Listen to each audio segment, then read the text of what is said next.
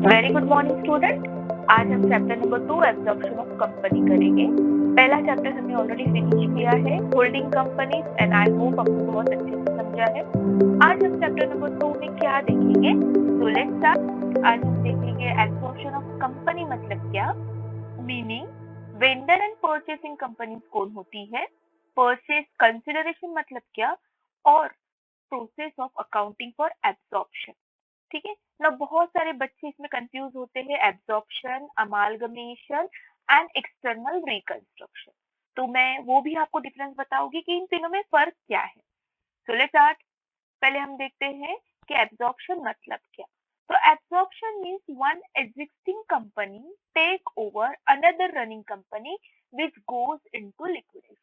मतलब सिंपल सी बात है, सपोज ये एक्स कंपनी है, ये वाई कंपनी है। एक्स कंपनी काफी बड़ी है, वाई कंपनी भी अच्छी खासी चल रही है, तो एक्स कंपनी ने पूरा के पूरा ये वाई कंपनी परचेज।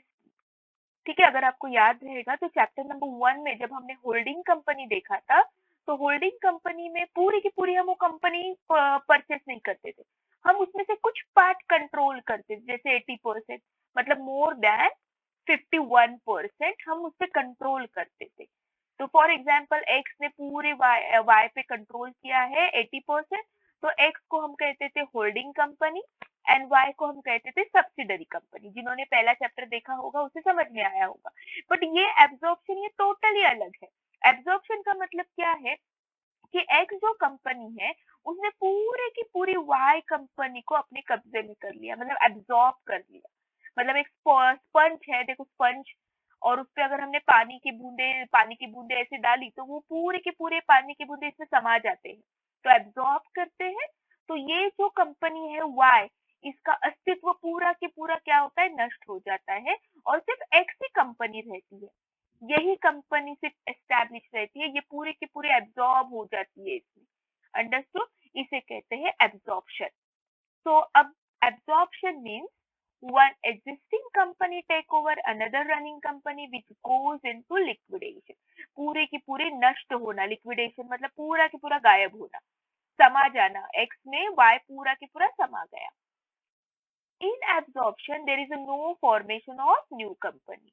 यहाँ पे कोई भी न्यू कंपनी नहीं बनती है। जैसे कि मैंने कहा आपको, एक्स कंपनी पूरी की पूरी वाई कंपनी कंट्रोल करती है, X company as it is रहती है। अंडरस्टूड। तो यहाँ पे कोई भी न्यू कंपनी फॉर्म नहीं होती है।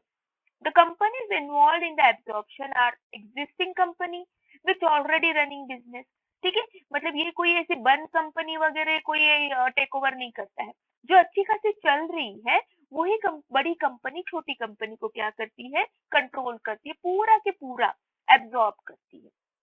Next one, only one company goes into liquidation। of course मैंने एग्जांपल x एंड y का दिया था, तो सिर्फ y पूरी की पूरी क्या होगी, लिक्विड होगी। लिक्विड मतलब मैंने अभी कहा कि पूरी की पूरी x में समा जाएगी। अब इसका अस्तित्व कुछ भी नहीं मार्केट में, ये पूरी की पूरी गायब मार्केट से। अंडरस्टूड।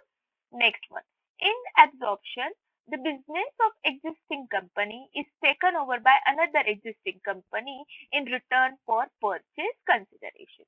नाउ सिंपल सी बात है, कोई भी फ्री में थोड़ी परचेज करेगा या सेल करेगा। तो क्या होता है, एक्स कंपनी इसे कुछ पेमेंट देती है वाई को। तो वो पेमेंट जो भी ना फॉर्म ऑफ बहुत सारा है, हम आगे देखेंगे, कैश के फॉर्म में होता है, इश्यूज ऑफ शेयर, डिबेंचर्स, इसके फॉर्म में होता है, तो पेमेंट करती है। इसे कहते हैं परचेज कंसिडरेशन। मतलब सिंपल सी, हम सेलिंग प्राइस क्या है या परचेसिंग प्राइस क्या है। फॉर एग्जाम्पल हम दुकान में जाते हैं, कोई शर्ट हमें पसंद आता है, तो शर्ट अगर होगा 1000 रुपीज का, तो हम उसे 1000 रुपीज देते हैं और उसके बदले शर्ट लेते हैं। तो जो 1000 रुपीज होगा उसे हम कहेंगे परचेज कंसिडरेशन। अब वो डिपेंड है हम पेमेंट कैसे करेंगे, मे बी हम कैश से करेंगे, चेक से करेंगे, गूगल पे से करेंगे।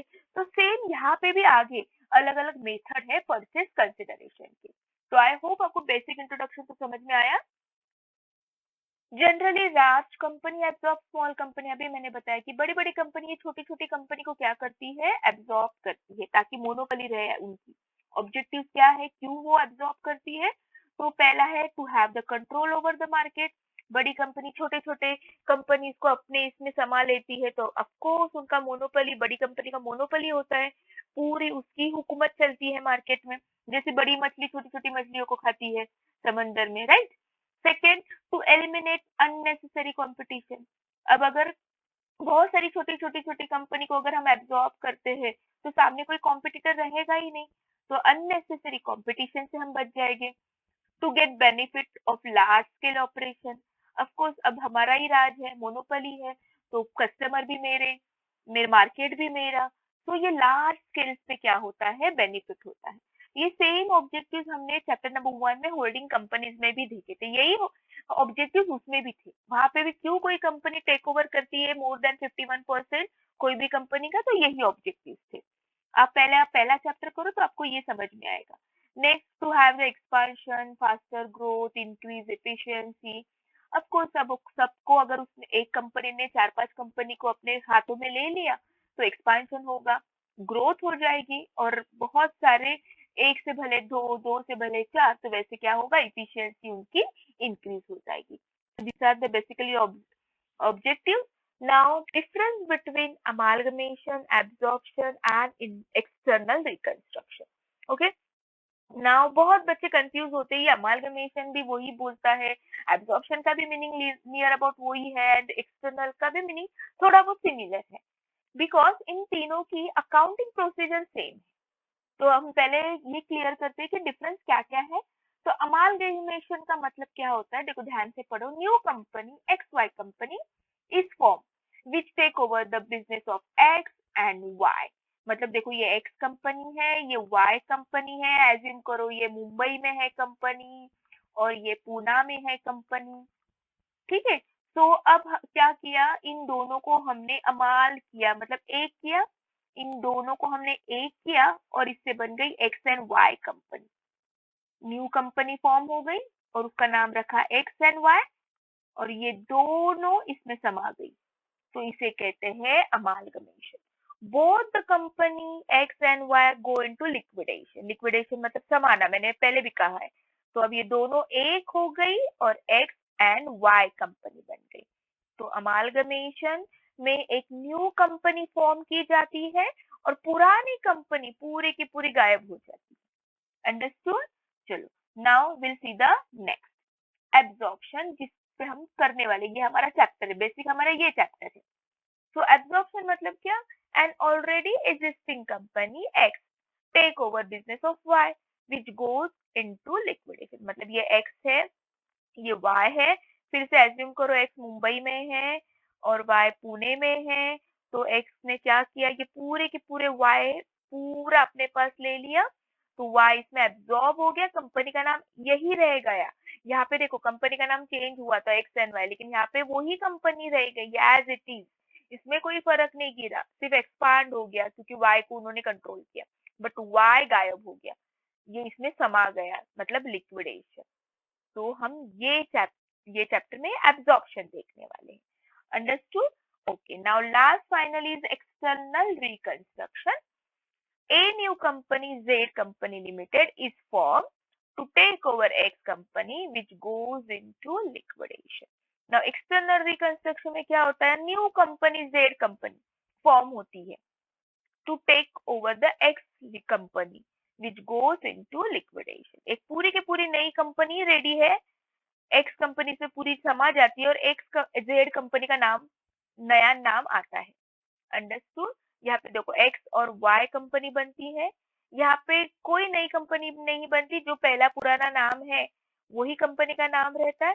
यहाँ पे नाम बदलता है और ये जो एक्स कंपनी है ये पूरी की पूरी इसमें क्या होती है, समा जाती है। So these are the basic difference between amalgamation, absorption and external reconstruction. But don't worry, हमें अभी सिर्फ absorption ही देखना है। ओके, सो नेक्स्ट देखो, यहाँ पे भी डिफरेंस बताया है, अमालगमेशन का क्या है, एब्जॉर्प्शन का क्या है। वन न्यू कंपनी फॉर्म, जैसे मैंने बताया X and Y company form होती है। No new company form, X है तो एक्स ही है, वो सिर्फ वाई को गायब कर देती है, खुद के कंट्रोल में करती है, तो एक्स ही रहती है। यहाँ पे न्यू कंपनी फॉर्म होती है, जैसे हमने एग्जाम्पल देखा जेड कंपनी, ये टोटली न्यू कंपनी तैयार होती है। अब यहाँ पे दोनों के दोनों कंपनी गायब होते हैं, लिक्विडेशन एक्स और वाई दोनों गायब होते हैं और वो दोनों मिलके एक्स एंड वाई बन जाते हैं। तो यहाँ पे टू कंपनी लिक्विडेशन होता है, यहाँ पे और यहाँ पे ओनली वन कंपनी लिक्विडेशन होता है। एक ही कंपनी गायब होती है, बाकी ये एज इट इज रहती है और यहाँ पे तो नई कंपनी बनती है। ये देखो फिल इन द ब्लैंक्स के लिए आ सकता है या शॉर्ट नोट्स के लिए आ सकता है, तो ये थोड़ा सा लर्न करो, ज्यादा पॉइंट नहीं है। Nature of take over, new company take over to existing company, of course X और वाई कंपनी लेती है वो पूरी की पूरी टेक ओवर। यहाँ पे एक्स कंपनी क्या करती है, सिर्फ वाई को टेक ओवर करती है, और यहाँ पे क्या होता है, जेड कंपनी एक्स को या वाई को टेक ओवर करती है। तो आई होप आपको समझ में आ रहा है।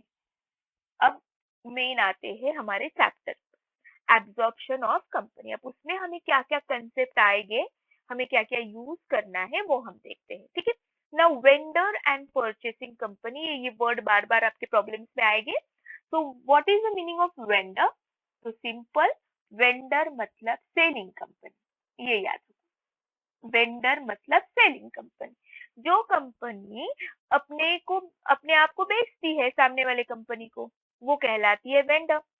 अंडरस्टूड? जैसे एक्स एंड वाई में क्या हुआ है, वाई ने खुद को बेच दिया, मतलब ये सेलिंग है, ठीक है। So why is a vendor company.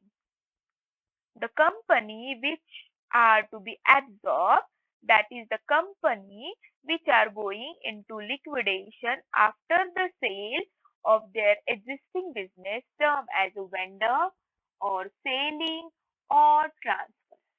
Understood? ये कोई भी नाम से आ सकता है, मे बी उन लोग कहेंगे pass the journal entry in the books of vendor, या may be pass the journal entry in the books of selling company, या ऐसे भी पूछ सकते हैं pass the journal entry in the books of transferor company, that all three are one and the same, ठीक है। तो जो अपनी कंपनी बेचती है, खुद को बेचती है, उसे कहते हैं वेंडर। एंड परचेसिंग कंपनी मतलब क्या, जो कंपनी खरीदती है, the other company which take over और एब्जॉर्ब और purchase the business of liquidating company, term as a vendee और परचेसिंग और ट्रांसफरिंग। देखो डबल ई डबल ई, यहाँ पे वेंडर है, यहाँ पे वेंडी है, यहाँ पे ट्रांसफरर है, यहाँ पे ट्रांसफरी है। तो आपको ध्यान से देखना है जर्नल एंट्री किस में पास करनी है। जैसे जैसे हम इलस्ट्रेशन करेंगे आपको समझ में आ जाएगा, लेकिन ये आपको याद रखना है कि वेंडर, सेलिंग एंड ट्रांसफरर मतलब सेलिंग कंपनी, वेंडी और परचेसिंग और ट्रांसफरी कंपनी मतलब परचेसिंग कंपनी जिससे परचेस किया है, मतलब वाई कंपनी यहाँ पे क्या होगी, वेंडर, और एक्स कंपनी यहाँ पे होगी वेंडी। अंडरस्टूड? चलो अब आगे की कंसेप्ट, परचेस कंसिडरेशन। पहले ही मैंने कहा है पहले ही स्लाइड में कि परचेस कंसिडरेशन मतलब क्या, कि हम एक दुकान में गए, मुझे एक शर्ट पसंद आया 1000 रुपीज का, मैंने वो शर्ट लिया, उसके बदले 1000 रुपीज पेमेंट किया, वो 1000 रुपीज को हम कहेंगे परचेस कंसिडरेशन। और मैंने तब ये भी कहा था कि अलग अलग मेथड से करूंगी मैं, हो सकता है मैं चेक दे दूं, हो सकता है मैं कैश दे दूं, या हो सकता है मैं आधी कैश दे दूं आधा गूगल पे करूं। तो यहाँ पे भी अलग अलग मेथड्स है।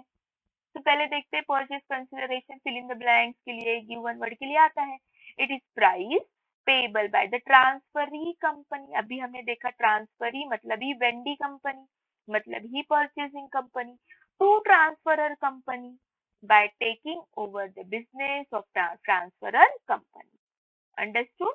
अब मेथड्स कौन कौन सी मेथड्स है, तो फर्स्ट मेथड है लमसम मेथड, नेट वर्थ और net asset method, third method है नेट पेमेंट मेथड, और फोर्थ मेथड भी है जो कि इस दोनों की कॉम्बिनेशन। तो फोर्थ मेथड का नाम है combination of net asset method and net payment method.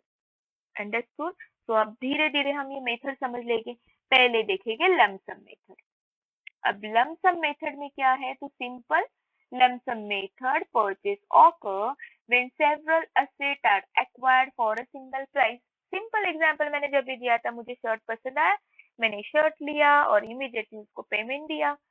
तो सेम, मैंने कंपनी के एसेट लिए और उसके बदले जो भी एसेट की वैल्यूएशन होगी 2 करोड़ 3 करोड़, बस वो पैसे उठा के मैंने सामने वाले कंपनी को दे दिया। लमसम मेथड, खत्म, किस्सा खत्म। Got it? तो इसे कहते हैं लमसम मेथड। दूसरी मेथड है नेट एसेट मेथड, जो हमें बार बार आएगी हमारे इलस्ट्रेशन में। अब इसमें असेट ही दिख रहा है आपको, तो नेट असेट मेथड मतलब क्या और नेट मतलब क्या? असेट तो पता है, नेट मतलब क्या? तो asset minus liability. The buyer will take the seller's total asset, लेकिन टोटल में हम कौन सा नहीं लेंगे? फिक्टिशियस असेट, ये हम कभी नहीं लेंगे। अब फिक्टिशियस असेट मतलब क्या? तो देखो, बैलेंस शीट के असेट साइड में प्रॉफिट एंड लॉस दिया होता है, ठीक है, फिर अंडर राइटिंग कमीशन होता है, ये सब प्रिलिमिनरी एक्सपेंसेस होता है, तो ये सब हम नहीं लेंगे, ठीक है, क्योंकि ये फिक्टिशियस असेट है।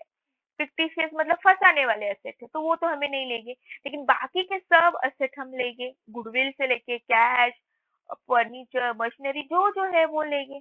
एंड उसमें से हम क्या डिडक्ट करेंगे? लाइबिलिटी। और फिर उसकी जो अमाउंट आएगी वो हम क्या करेंगे? उसको पेमेंट करेंगे। फॉर एग्जाम्पल देखो, total asset, suppose total asset हमारा हो गया 5 लाख, ठीक है, इसमें हम लोग ये वाले एसेट नहीं लेने वाले हैं, तो ट्रू एंड फॉल्स में आ सकता है, तो एक्सक्लूड करना है। एक्सक्लूड मतलब नहीं लेना है फिक्टिशियस एसेट। तो total asset minus liability, suppose liability है 50,000, तो परचेज कंसिडरेशन कितना होगा? 4,50,000। अंडरस्टूड? तो इस तरीके से नेट एसेट मेथड में कैलकुलेट किया जाता है। नेक्स्ट है नेट पेमेंट मेथड। देखो फर्क क्या है, यहाँ पे सिर्फ हम क्या करते हैं? असेट लेते हैं, असेट की जितनी वैल्यू होगी वो पेमेंट इमीडिएटली सिंगल इसमें कर देते हैं। लेकिन यहाँ पे हम नेट असेट लेते हैं, मतलब असेट माइनस लायबिलिटी, और बहुत बार हम ये यूज करने वाले हैं। ओके, नेट पेमेंट मेथड मतलब क्या? तो if the business is acquired using cash, securities, debenture, other asset, then the net payment method will be required. मतलब अब जैसे मैंने कहा कि यहाँ पे हम इमीडिएटली प्राइस देते हैं, इमीडिएटली पैसे देते हैं, बात खत्म। बट यहाँ पे हम क्या करते हैं? पेमेंट देते हैं in a form of cash, securities, debenture, other asset. हो सकता है अभी शायद आपको थोड़ा इमीडिएटली समझ में नहीं आएगा, पर जैसे जैसे हम इलस्ट्रेशन करेंगे आपको ये फर्क समझ में आएगा कि नेट एसेट मेथड क्या होती है, नेट पेमेंट मेथड क्या होती है। ठीक है, हमें पेमेंट करना है, और in form of securities, debenture और बहुत सारे एसेट, अदर एसेट, ठीक है। And finally combination of net asset method and net payment method. तो आपको ये भी इलस्ट्रेशन में बहुत बार आएगा, ये भी आपको बहुत बार इलस्ट्रेशन में आएगा, combination of net asset method and net payment method. चलो इसका डिफरेंस ही बता देती हूँ आपको कि कैसे आएगा। Net asset method and net payment मतलब ये फोर्थ वाली हमारी मेथड है। तो देखो यहाँ पे नेट एसेट टेकन, जितने भी असेट है हमने क्या किए? वो टेक ओवर किए। देखो land, plan, furniture, stock, debtors, cash, ये सब इसकी टोटल, माइनस लाइबिलिटी जो भी है, creditors, bills payable, outstanding bank, ये ए माइनस बी होगा परचेज कंसिडरेशन। अंडरस्टूड? ये हो गया परचेज कंसिडरेशन, तो ये हो गई नेट एसेट मेथड। ये हम किसके एसेट एंड लायबिलिटी लेंगे? बात ये भी है कि किसके एसेट एंड लायबिलिटी लेंगे, तो ऑफकोर्स जो कंपनी की सेल कर रही है, मतलब वेंडर, वेंडर के असेट एंड लायबिलिटी लेंगे, ये याद रखना है, ठीक है। परचेज करने वाली कंपनी जो सेल कर रही है ना, उसके सब असेट लेगी और लायबिलिटी माइनस करेगी, and then decide purchase consideration. Payment कैसे होगा? तो इश्यू ऑफ इक्विटी शेयर हमें उन्हें देंगे, issue of preference share company देगी। अब ये कौन देगा? तो ये वेंडी देगी। वेंडी मतलब क्या? परचेसिंग कंपनी देगी। फ्री में थोड़ी कोई कंपनी अपनी बेचेगा, तो ये परचेसिंग कंपनी इशू करेगी। तो इशू डिबेंचर करेगी, कैश में भी थोड़ा करेगी, तो अलग अलग फॉर्म में करेगी। Understood? So this is the net payment method. ये है नेट एसेट मेथड, ये है नेट पेमेंट मेथड, इन दोनों का कॉम्बिनेशन। तो ये हो गई हमारी फोर्थ मेथड। तो यूजुअली ना इसी तरीके इलस्ट्रेशन है, और हमको कंपलसरी हर प्रॉब्लम में ये स्टेटमेंट ऑफ परचेज कंसिडरेशन बनाना ही है। ये वर्किंग नोट है, ये डेबिट एंड क्रेडिट नहीं है। देखो ये अकाउंट नहीं है, तो don't get confuse debit side and credit. ये एक सिंपल सा कैलकुलेशन वर्किंग नोट है कि हमें कितना क्या पैसा मिलेगा, या परचेसिंग कंपनी ने सामने वाली कंपनी को कितने में खरीदा, जिसे हम कहते हैं परचेसिंग कंसिडरेशन। अंडरस्टूड? सो अब main process of accounting for absorption.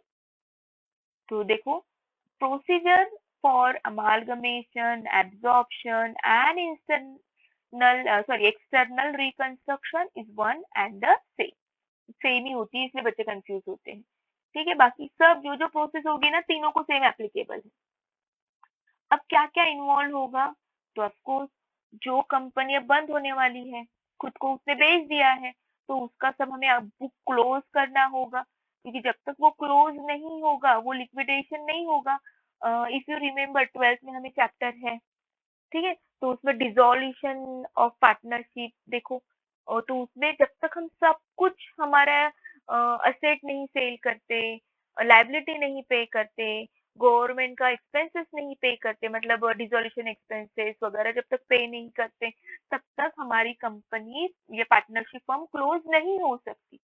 तो सेम यहाँ पे, तो सबसे पहले हमें वेंडर कंपनी मतलब सेलिंग कंपनी के अकाउंट क्या करने होंगे, पहले क्लोज करने होंगे, वाउंड अप करने होंगे। ठीक है, by passing necessary closing entry. तो हमको जर्नल एंट्री देखनी है, हमें कौन कौन से अकाउंट ओपन करने हैं, ये आगे की इलस्ट्रेशन जब मैं पढ़ाऊंगी तब समझेगा। तो सबसे पहले हमें ये काम करना है कि पुरानी कंपनी जो लिक्विडेट हो रही है कंपनी, उसको बंद करो। जब वो बंद होगी तब जाके दूसरी चालू होगी ना।